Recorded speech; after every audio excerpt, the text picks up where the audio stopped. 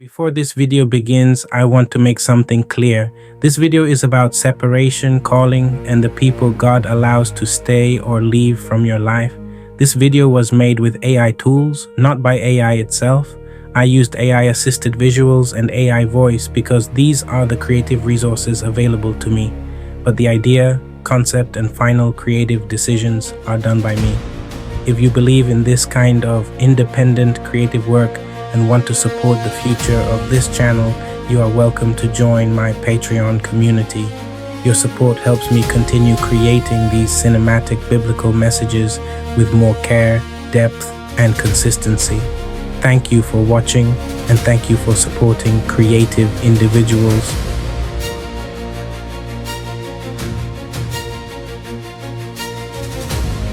The room was not always empty. There were voices here once. People who promised they would stay, hands that clapped when the road was easy, faces that smiled when nothing was required. But then the season changed. The path became narrow, the cost became visible, and one by one, they left. Some left quietly, some left with excuses, some left like they were doing you a favor. And the hardest part was not that they walked away. The hardest part was that heaven did not stop them. You prayed for God to bring them back. God stayed silent. You asked why the people you loved were allowed to misunderstand you. God stayed silent. You watched doors close, messages stop, support disappear, and somewhere inside you, a darker question started rising. Did God abandon me too? But listen carefully.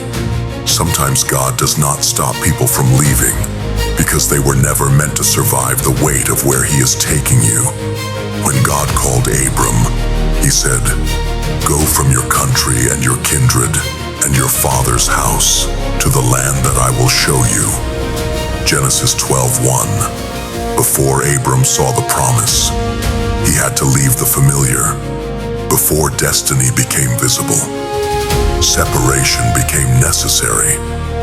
That is how God begins the forging of a warrior, not with applause, not with comfort, not with everyone understanding, but with a command that cuts. Leave, walk, trust, follow me into what you cannot explain yet. There is a kind of person who only loves your calling, as long as it does not disturb their comfort. They like the idea of your growth. They like the sound of your faith. They like your strength when it benefits them. But when obedience begins to cost something, they step back. That is not new. Even Jesus watched people leave. John 6 says many of His disciples turned back and no longer walked with Him. Not enemies, disciples. People who had heard Him, followed Him, seen Him. But when the teaching became too hard, they left.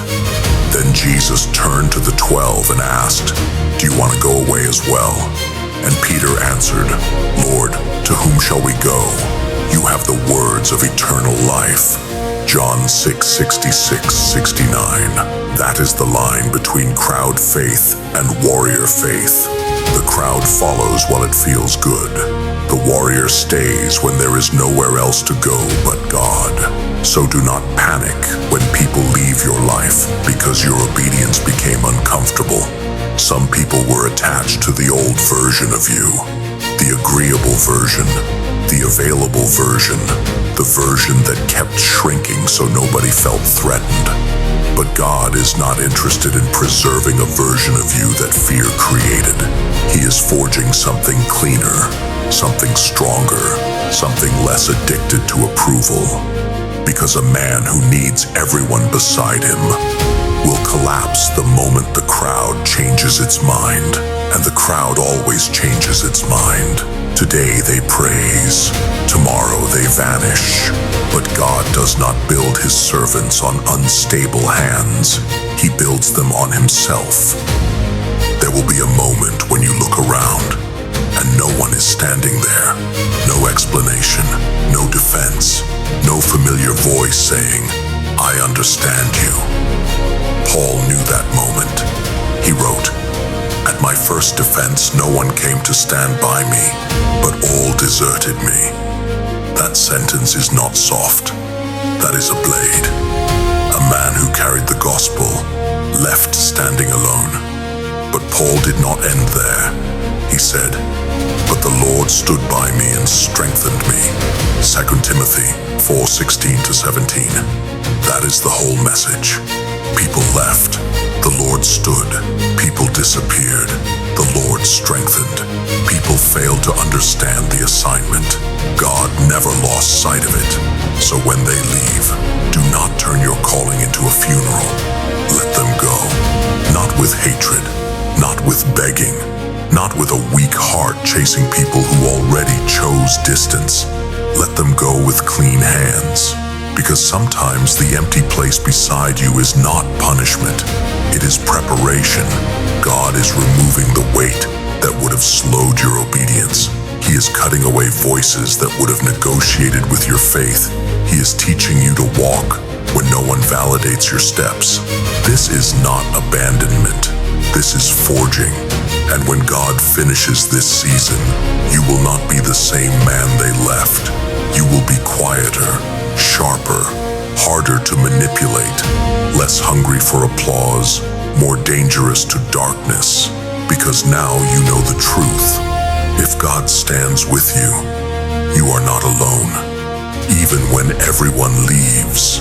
So now the question is no longer, why did they leave? The real question is, who will you become after they are gone? Because separation always reveals two things. It reveals what they truly carried, and it reveals what you were depending on. Some people were never your foundation. They were only present during a season. But because they stayed long enough, you started mistaking their presence for your strength. That is why God sometimes allows the room to empty. Not to shame you, not to destroy you, but to show you that your life was never being held together by human hands. Abram had to leave what was familiar. The disciples had to choose whether they would stay with Christ when others walked away. Paul had to stand in a courtroom with no one beside him. Different men, different moments, same fire. God was teaching them the same truth. A faithful man cannot be ruled by who stays and who leaves. He must be ruled by the voice of God. Because if your obedience depends on people approving you, then people own you. If your courage depends on who understands you, then misunderstanding will defeat you. If your peace depends on everyone standing beside you, then the moment they walk away, your soul collapses. And God did not call you to be that fragile. He did not bring you this far so your destiny could be controlled by people who only loved you when you were easy to manage. There are people who can walk with you in comfort, but cannot walk with you in calling. There are people who can enjoy your light, but cannot survive your fire. There are people who love the old version of you because the old version needed them too much. But when God begins to strengthen a man, something changes. He stops begging to be understood. He stops explaining every wound. He stops chasing doors God already closed. He stops kneeling before people who were never sent to lead him. That is not pride. That is maturity. That is the sound of a man finally learning that God's presence is enough. When Jesus asked the 12, "Do you want to go away as well?" He was not begging them to stay. He was exposing them. Because true discipleship is not revealed when bread is multiplied. It is revealed when the road becomes hard. Peter did not say, "Lord, this is easy." He did not say, "Lord, everyone agrees with you." He said, "Lord, to whom shall we go?" That is warrior faith. Not faith with options, not faith with applause, not faith that keeps looking over its shoulder for approval, but faith that has burned every false escape and decided, even if the road is lonely, Christ is still the only way. So let them leave. Let the fake support disappear. Let the shallow loyalty expose itself. Let the crowd become quiet. Let the people who only loved your weakness become uncomfortable with your strength. Do not curse them. Do not chase them. Do not build a prison in your heart with their names on the walls. Release them, because bitterness is still attachment. Hatred is still a chain, and you cannot walk into what God is building while dragging the people He removed. Some departures are mercy, some silence is protection, some loneliness is God clearing the battlefield before the real war begins. You thought you lost people, but maybe God removed witnesses who would have mocked your becoming. You thought you were abandoned, but maybe heaven was separating you from voices that would have negotiated with your obedience. You thought the season became empty, but maybe God was making room for Himself. Paul said, "No one came to stand by me." That part hurts, but then he said, "But the Lord stood by me and strengthened me." That part is the crown, because the absence of people did not become the end of Paul. It became the place where the presence of God became undeniable. And that is where the warrior is forged. Not in the crowd, not in the noise, not in the easy days when everybody understands, but in the quiet hour, when the heart has no one to lean on except God. That is where weakness starts dying. That is where fear loses its throne. That is where approval stops being oxygen. That is where a man learns to stand without being held. And once God teaches you that, you become dangerous. Not loud, not reckless, not bitter. Dangerous because you are no longer easy to move. People can misunderstand you, and you still obey. They can leave, and you still walk. They can accuse, and you still remain clean. They can forget you, and you still remember what God said. That kind of man cannot be bought by praise. He cannot be broken by rejection.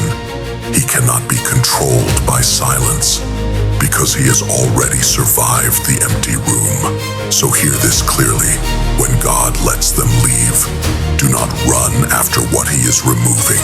Stand still, breathe, let your hands open, let your heart bleed if it must, but do not turn back. The same God who called Abram out, the same Christ who watched the crowds walk away, the same Lord who stood beside Paul is not confused about your season. He knows who left. He knows what it cost you. He knows the nights you asked questions nobody heard. And He knows what He is building. You may not see the full land yet. You may not understand the silence yet. You may still feel the empty spaces beside you. But keep walking, because one day you will look back and realize they did not leave your destiny. They left the version of you that could not carry it. And when God finishes this fire, you will not be the man who begged them to stay. You will be the man who finally understood. Heaven was not punishing you. Heaven was forging you. So let them leave. Let God remain. And keep walking.